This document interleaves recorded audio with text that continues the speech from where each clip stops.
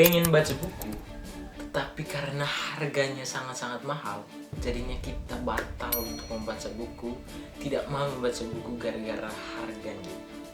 It's okay guys, di video ini saya bakal bahasin atau sharing salah satu alat elektronik yang dapat mengembangkan diri saya dengan harga yang sangat-sangat rendah.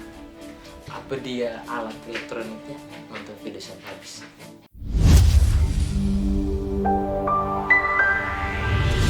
Charles Nasam. Di video ini saya bakal sharing atau bagi ya apa yang saya tahu tentang bagaimana cara saya atau alat elektronik yang sudah mengembangkan diri saya melalui ya tadi ya dengan harga yang sangat rendah. Karena gini aja, jujur aja guys, realitanya kebanyakan harga buku di Indonesia itu sangat-sangat mahal. Apalagi kan ya ada beberapa di Twitter saya sempat tanya atau di Instagram saya sempat bertanya bahwa kenapa sih orang Indonesia sangat malas membaca buku. Dan ya benar juga sih, kebanyakan dari mereka berargumentasi bahwa orang Indonesia sebenarnya tidak malas membaca buku, tapi karena itu salah satu alasannya karena harga bukunya yang sangat mahal. Coba teman-teman bayangin, coba bayangin kalau misalkan gaji kerjanya kita ini untuk yang sudah bekerja ya, itu untuk memenuhi kebutuhan hidup saja, apalagi yang sudah mempunyai anak, itu belum cukup untuk kebutuhan sehari-hari. Makanya kebanyakan dari rata-rata Indonesia itu punya cabang kerja atau punya kerja tambahan seperti itu, karena ya gaji utamanya, pekerjaan pokoknya tidak mencukupi, apalagi untuk membeli hal seperti ini.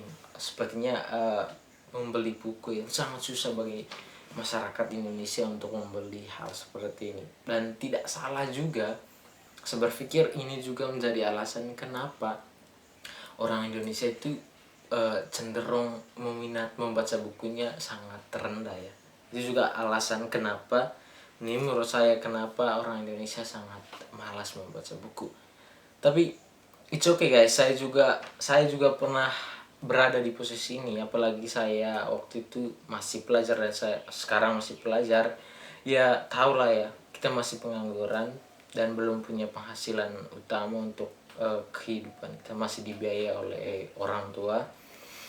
Dan saya berpikir alat ini sudah cukup lah untuk memenuhi kebutuhan, karena menurut pengalaman saya selama ini saya membaca buku yang berkualitas tinggi tapi dengan harga yang sangat rendah. Ya, kisaran harga bukunya yang pernah saya beli itu sekitaran saya pernah membeli buku harga 2.000 sampai 5.000. Bentuknya sampai di 5.000 aja teman-teman. Coba bayangin kalau misalnya kita beli buku fisik seperti ini. Buku fisik seperti ini sekitaran harganya sampai ratusan ribu ya, seratusan lebih lah kalau tidak salah di Gramedia. Dan tapi kalau kita sudah pindah ke alat ini ya, ebook, tapi mereknya ini saya beli di merek Kindle di Amazon, tapi saya belinya di toko online di Indonesia ya, di Shopee kalau tidak salah kemarin. Dan harga bukunya saya beli itu sangat-sangat murah. Oke, jadi tidak ada lagi kata penghalang kita untuk mau mengembangkan diri, untuk mau meningkatkan diri kita melalui membaca buku ya, karena alasan tadi ya, karena alasan ekonomi tadi, karena alasan harga buku fisiknya sangat mahal. Ya mau tidak mau kita harus membeli buku ini ya, untuk ya bukan berarti kita tidak peduli dengan penjual buku yang berjualan di situ atau di toko-toko besar di Indonesia, bukan berarti seperti itu. Tapi ya memang ada perbedaannya antara buku fisik dengan e-book seperti ini, memang ada perbedaannya. Tapi mau bagaimana lagi ya kan, kita tidak bisa memaksa keadaan, kita juga harus bisa membaca keadaan kita sendiri ya. Kalau misalkan teman-teman punya cukup uang, saran saya silakan teman-teman beli buku fisik seperti ini, karena ya menurut saya sendiri ada perbedaannya dengan buku e-book seperti ini. Tapi kalau misalkan teman-teman belum punya cukup uang untuk membeli buku fisik, saran saya silakan teman-teman beli alat ini. Saya kemarin belinya sekitaran harga ya 2 juta lah. Memang beli awalnya ini sangat cukup mahal, tapi ini investasi cukup jangka panjang ya teman. Kenapa? Karena kita dapat, lu bayangin coba, ini harganya misalkan saya ambil contoh 100.000, tapi di barang ini, di e-book ini kita bisa membeli buku hanya 3.000 rupiah. Coba kita bagiin, coba bayangin sudah berapa banyak buku yang kita bisa beli dengan harga uang 100.000 itu dengan barang ini, ya kan? Saya bisa membeli ini, buku saya sudah banyak sekali di sini, dan ya saya enjoy dengan membaca buku karena ini cukup simpel, tidak ribet ya soal. Karena membaca buku fisik ini cukup ribet juga ya kan. Tapi saya lebih suka baca buku fisik sih.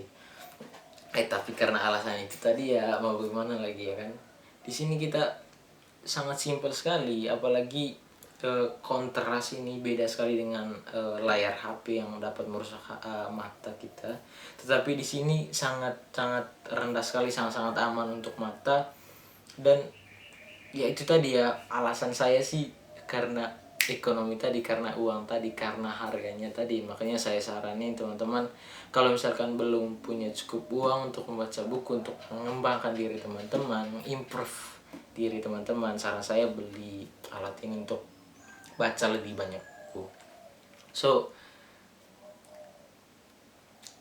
kalau misalkan ngomong soal kekurangan, ya pasti ada sih, karena ya beda lah teman-teman. Kalau misalkan kita di buku fisik kita bisa ya seutuhnya kita memiliki buku ini karena kita bisa coret-coret sana sini, tapi di sini kita memiliki keterbatasan soal itu.